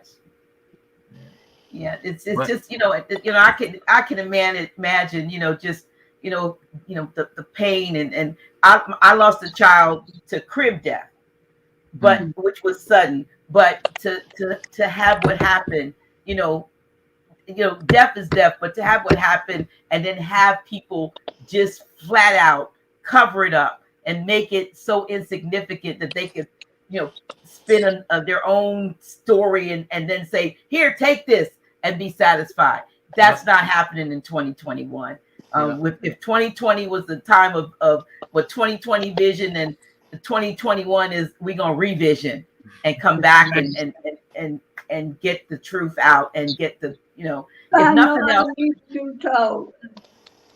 What did you say, Mother? God knows I needed to be told. Better give me strength. Yes, Just knowing that you all are doing what you're doing. They let me know somebody hear me and somebody care. we care, and they're giving you. They're saying, "Sir, that love and blessings and light to you, Queen Mother." They're giving you love in the chat room, and we send you love and light and peace and continued strength, and just know that you're not alone. And we want, as the more this goes out, the more love and light is going to be sent to you. When other people, when they see the replay, love and light is going to you. And I want you to, I know you're going to feel this and strengthen you. And we're going to get to the bottom of this. I mean, we already know the truth, but the truth has got to meet with justice. Right. And when justice is served, then we can be at peace. Yes, they're giving you all kinds of love in the chat room. They're giving you love in the chat. They're giving you Thank you, love. and love you too. Thank you. Thank you, Mother. Bless you. It yeah. It's what we care, Mother. Peace and love. Yeah. Yeah. Someone here says, I feel like 2022 is going to be the turning point to love to Mama. Love, Mother. Hi, Mom. Love and blessings and light to the beloved Queen Mother. I'm reading some of the Oh, honors, that's Mother beautiful. Jones. Yeah. Yes, yes. We're sending love. Smile We're on my sending love. We're sending love. I mean, it's just there's so many things, though. DeWayne, that I in this last year of forced whatever we've been through, it has given us an opportunity to be still a little bit more and do a little bit more research about things. I mean, you've been on this for a while, but for people like myself and some others who have been on the go doing this and that, I've been a little bit more quiet. I've been a little bit more introspective. I've been finding different people out here that know about things. Like I said, I sent you that thing about the music industry. And, it's the interesting part is that I didn't know how involved, Wayne Williams was with the music industry. And again, it's funny that you mentioned he could have been, but you don't know who might wanted to get him out the way so they could get in the space. There are so many things that we just don't know that have been going on that now we know. And the question is, what are we going to do about it? right. Now what do you do about it? What do you do about it? Exposure. What can we, and that are listening to you, or I'll put it out there. How can we help? How can those of us who, heard about this growing up and, Right. bought the media hype and the mainstream media lies. What can we do 42 years later to help you all? Right. what Is there you're anybody else? doing. What you're doing. Right. But So, when they hear your voice and hear what you're saying, they're gonna hear it. And somebody's gonna act right about it. right. Yes, ma'am. Yes, ma'am. So I was wondering about things like the Innocence Project and stuff. Of course, that's Wayne. But the question is, if he was deemed innocent, then that means we got to find who's guilty. Right. You see what They I'm saying? know about my son. But they know some of the other children they didn't know about him, for sure. Mhm. But they And then know. they might know, Mother. They might know all. They may know it all, but they just haven't brought it out because they figured that it was a closed case. It was closed on it, and the world, like me, until Wayne shared it with me, like maybe last year, when you first came on the show. I had no idea that he had not been charged with your son's murder and the murder of the other children. I just assumed that, the trial was held. He was, convicted based on evidence and DNA and whatever else. Didn't know that these two guys who may have even been part of the ring of what was of terror were actually the only two that he was convicted of, and that was probably even a setup. So I had no idea, and I'm pretty sure I'm not the only one, because it depends on how they spin it. Oh, he's been convicted of in the Atlanta child murders. If you say in the Atlanta child murder case, then you assume it's all of them. Right. It's called the law of suggestion, or the power of suggestion. Right. And it's a method in psychology, and people aren't aware of what's actually happening to them when they're watching this television, right? And the interaction that they're having with media, because media is a medium,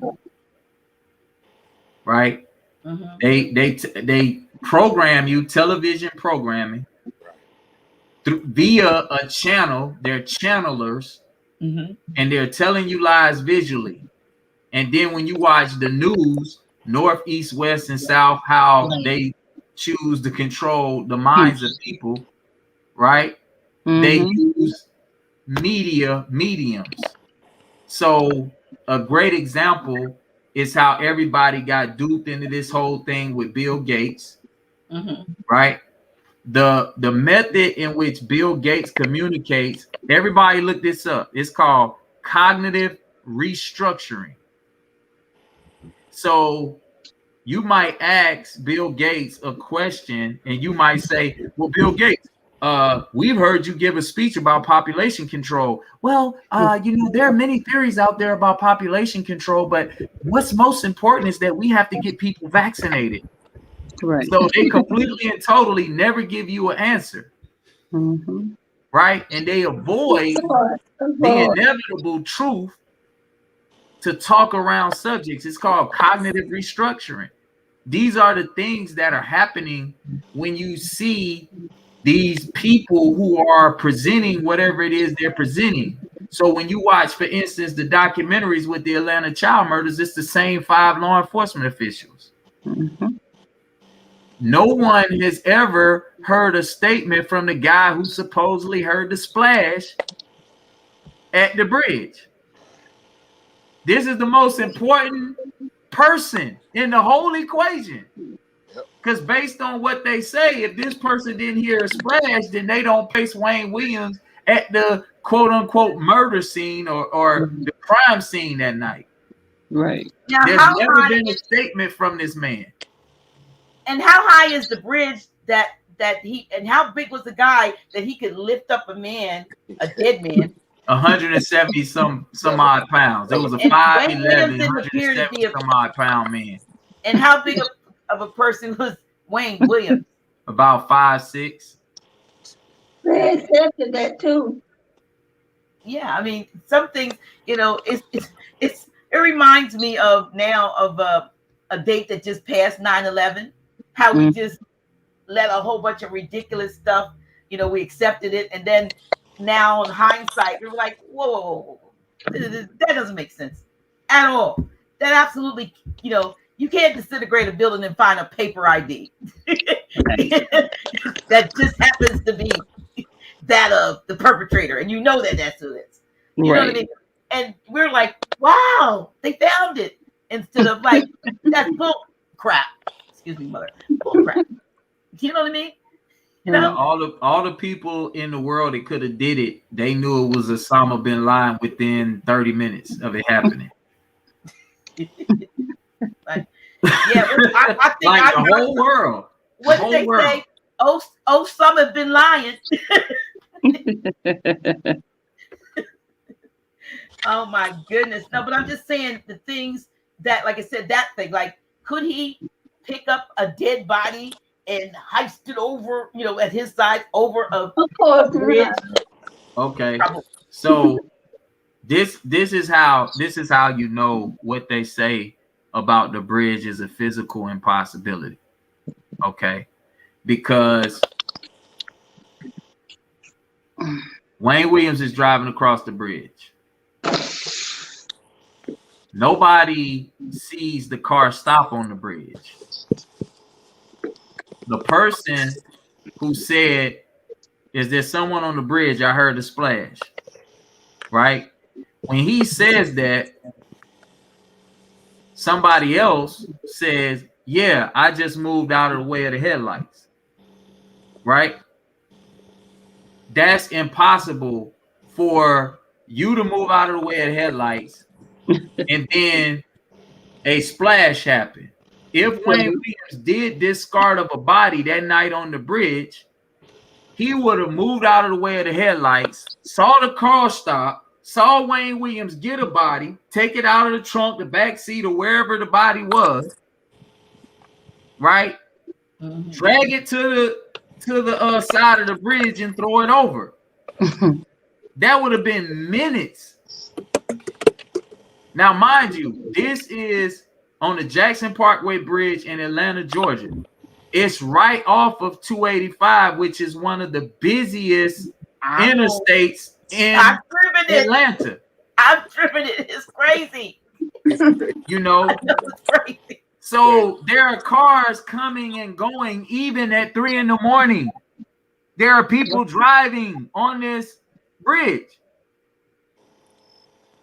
So you're saying that you just moved out of the way of the headlights and there's already a body in the water, that there was a splash. Another thing that they don't tell people is that he was never stopped on the bridge. He was stopped like 3 miles up the road on 285. Another thing they don't tell people is that they actually had helicopters out that night and they had frogmen patrol the Chattahoochee River. The body wouldn't have traveled that far if he had thrown the body. They would have been able to find it. Right. So they held him on the side of the road for almost 3 hours. So this supposedly happened between 2 and 3 in the morning. He didn't get home to almost 6 o'clock in the morning because they had him on the side of the road asking him questions. You know, so they do these TV shows. They do a TV show like Mindhunter. And as soon as he's on the bridge, there's 30 FBI agents and cops and everything out there. And people actually believe that crap. Yeah, I mean, why were they out there? The question is, what were they sure that was going to be? Had other bodies been found there? I mean, were they sure that something was going to happen that night, or were they following him? It was the last night of the stakeouts. Oh, the last night they had. It was the last night of the stakeouts. And another thing is that the person who heard the splash wasn't even a police officer. You know why that's important? Why is that? Because if he was a police officer, he would have had to write a police report. Exactly. Aha. So he was a police recruit that never became a police officer. How is he a police recruit? He was the one who heard the splash that solved the most important case in the history of the city of Atlanta, and he don't even make the force? Right. Set up. He should have got promoted to sergeant just for that. The same day, right? He should have been on the fast track in the police force. Hello. Right? Yeah.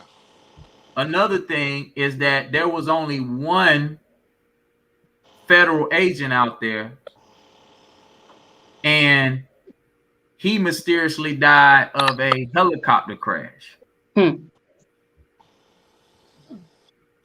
last thing I'll say, Dr. G, is for people to know this case is so messed up that it's one of the cases that was covered in the Department of Justice inquiry into the corruption of the FBI crime labs. Wow. And in the Department of Justice's findings, they found that multiple cases, including I think 6 or 8 death penalty cases, the FBI either lied or gave favorable testimony on the witness stands as expert witnesses that would sway the jury for a conviction in the cases. Wow. And one of their own blew the whistle on them as far as the corruption at the FBI crime lab. So what happens in those cases? Were these cases where people were then eventually exonerated, or was it too late? Because I know sometimes people have been executed and then they admit that. Right. Oops. Yeah, so some of the people have been executed. Some of these cases that you're seeing reversed, see, they don't just let them all out. You know, they don't just say, oh, the FBI lied on your case, you could go. They still got to go through processes, and their lawyer got to file this, and they got to get a retrial, and so on and so forth.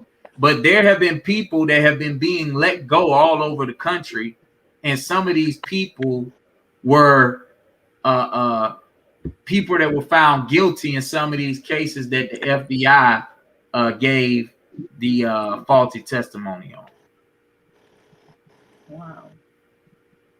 But this case, so that now that apparently you all have been able to overcome the what, the gag orders or whatever they were trying to cease and desist. Cease and desist. Who? So can you say where they came from? I was served with a cease and desist. And actually, the people who came and infiltrated the case, I got a lawsuit. I got somebody putting everything together for me. I'm getting ready to sue. And the people who did this, they are actually being sued by someone else already. This is how bad the situation is. In April, I went to New York, and myself and a former colleague of mine interviewed with People's Magazine. I remember that. We at least interviewed with a man that was supposed to be from People's Magazine, because it's so much crazy stuff that doesn't happen now. I don't know who's who, and I don't know which one of the folks really was people who was trying to help or not. I just know what they about. So, you know, I know where they stand. I know where he stand. But we interviewed with People's Magazine for almost 3 hours, and the guy said that he was willing to bet his left testicle that it was going to be on the front cover. And these people who came and tried to infiltrate the case and tried to come between all of us sent a cease and desist letter to People's Magazine, and they were claiming to be Wayne Williams' legal defense team. And none of these people are attorneys that are barred in the state of Georgia, and they were never a part of Wayne Williams' legal defense team. So even more so, people have to ask themselves, why would somebody go to such great lengths to try to discredit the work that somebody like myself and my former colleague and other people have done if Wayne Williams is really guilty and there's no validity to any of the things that we're saying? Right. You know. So did that put a halt to the release of the interview? Yes. Yeah. And it also severed the relationship, the business relationship that I had with the former colleague of mine, in which we were talking about. We were actually speaking with producers, and we were talking about multi-season documentary television shows and things of that nature. So the truth was about to start really coming out on a major level, on a grand scale. And they did everything that they did, which was breaking the law and risking now having lawsuits filed against them to try to suppress the truth. And they even tried to defame my character, slander me, and so many other things in the process. Do you think that came from up high in the I think so. I think there's definitely some unseen hands, because you have to think the FBI, the city of Atlanta, they have a vested interest in trying to stop somebody like myself. And even on a greater scale, when you look at mainstream media, and everything else. See, I ain't Lee Merritt. I ain't Benjamin Crump. I ain't just showing up when it's an opportunity. Like, I'm really for real about my folks, you know, and stopping this cycle, you know, of everything that they've been doing to falsely imprison so many of my brothers and sisters in this slavery system that they got set up.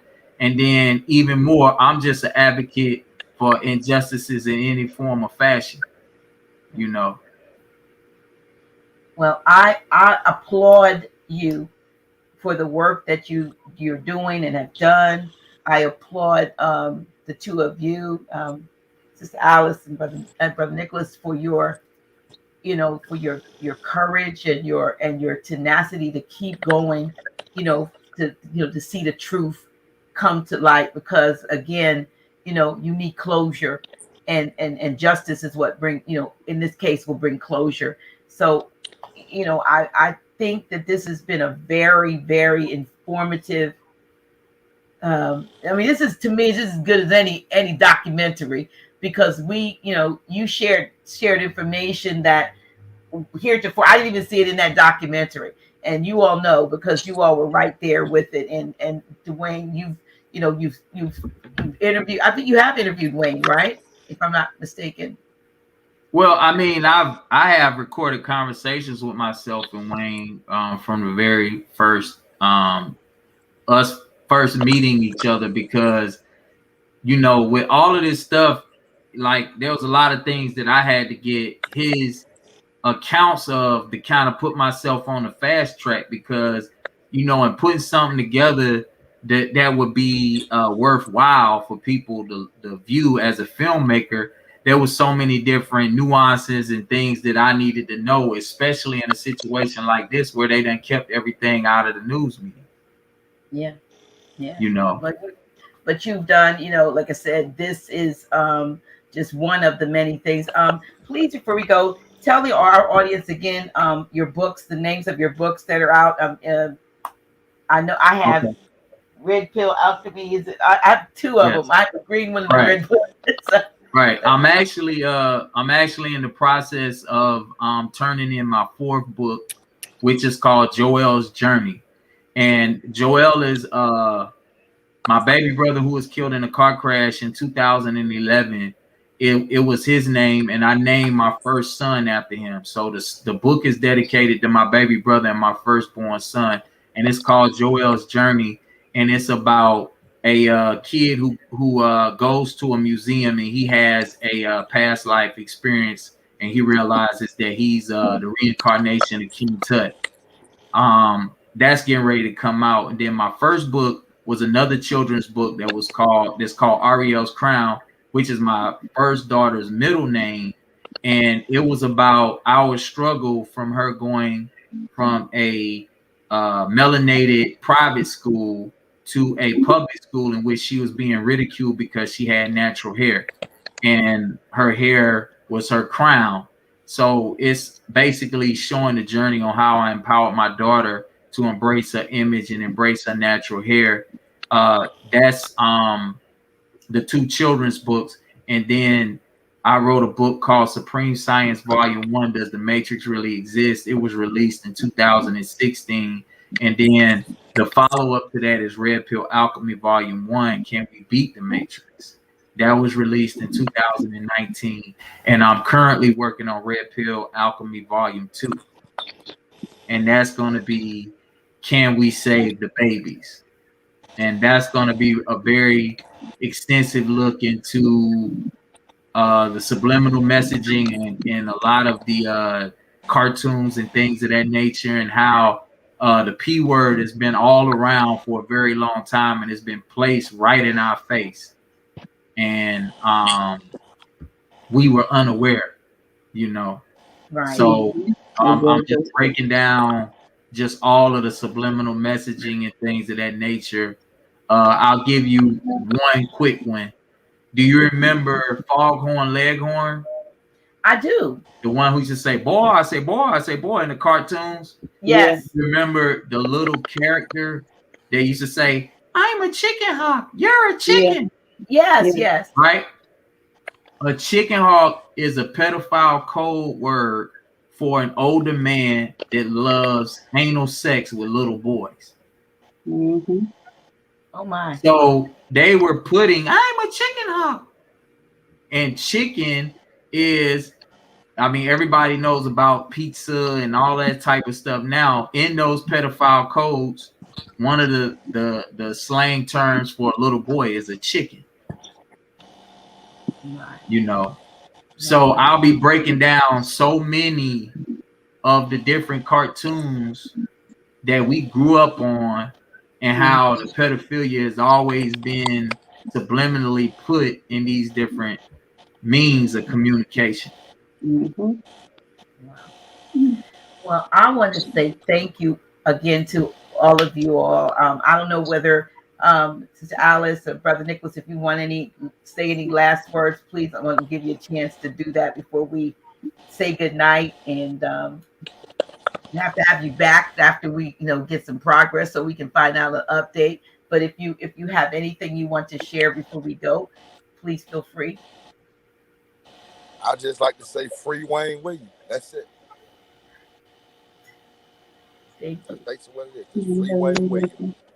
Wayne Anything. Williams should have been free a long time ago. And that's coming from the mother of one of the victims. Right. It's coming from the mother of Clifford Joe. Yeah. And she knows that Wayne Williams did not murder her son. Right. And when a mother can say that and stand on that, we should also be able to do that and realize that we've been had, but we're now in the time of knowing, and we so appreciate you. Right. Appreciate you. You got a whole bunch of nieces and nephews now that then adopted you. I welcome all of you. Or godchildren. We be your godchildren, and we love you. We love you. And I just like to say before we get off of here, Dr. G, we share a lot of our personal experiences with this. I've received death threats over the years. Nicholas has had his, in the last few years being involved, he's had his own trials and tribulations. The Jones family has been so much for the last 40 years. We talk about so many different aspects of the case and things that people, don't get to see.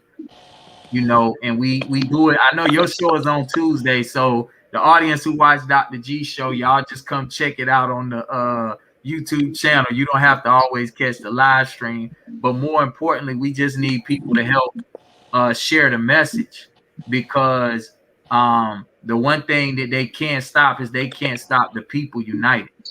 That's right.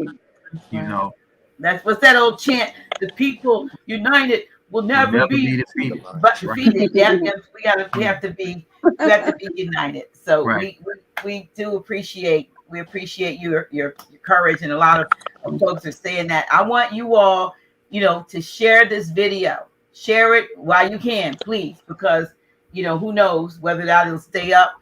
But please share it, and I'm gonna have, of course, DeWayne, you'll be back. I know you will. And all of you, much love to you all. And I just want to thank you again for allowing me to host this particular show to share your story. And hopefully, by tomorrow, we'll see that 1,000 plus 2,000 have actually seen it, because a lot of times that's what happens. And justice will be served.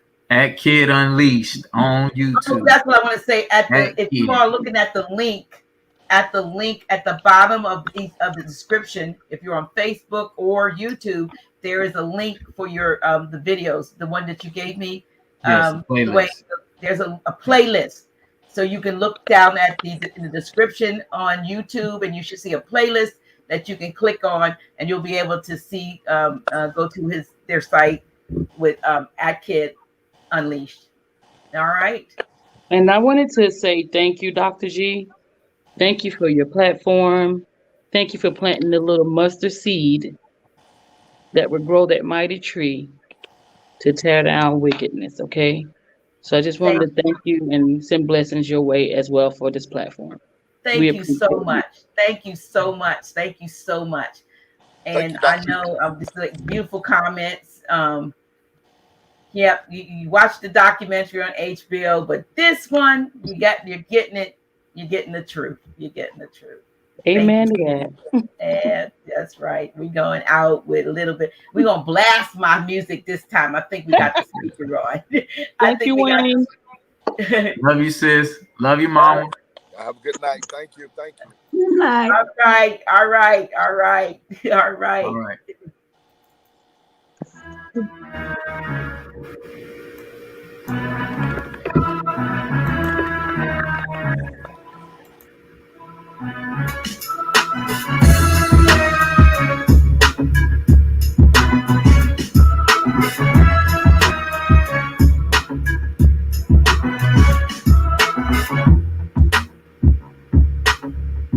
Dr. G.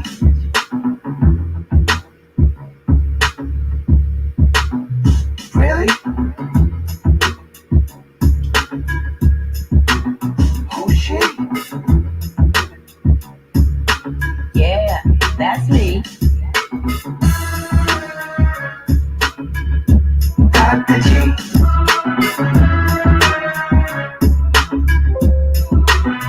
Really? Oh shit. Yeah, that's me. Dr. G.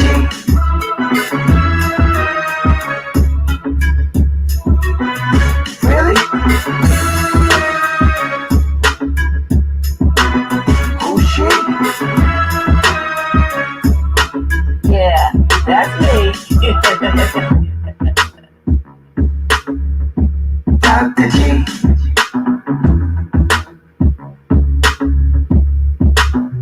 Really? Oh shit. Yeah, that's me. Dr. G.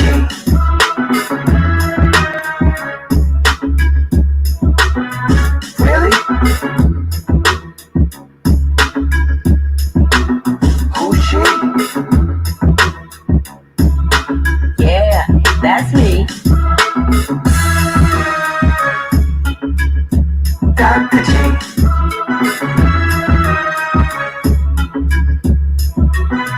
Really?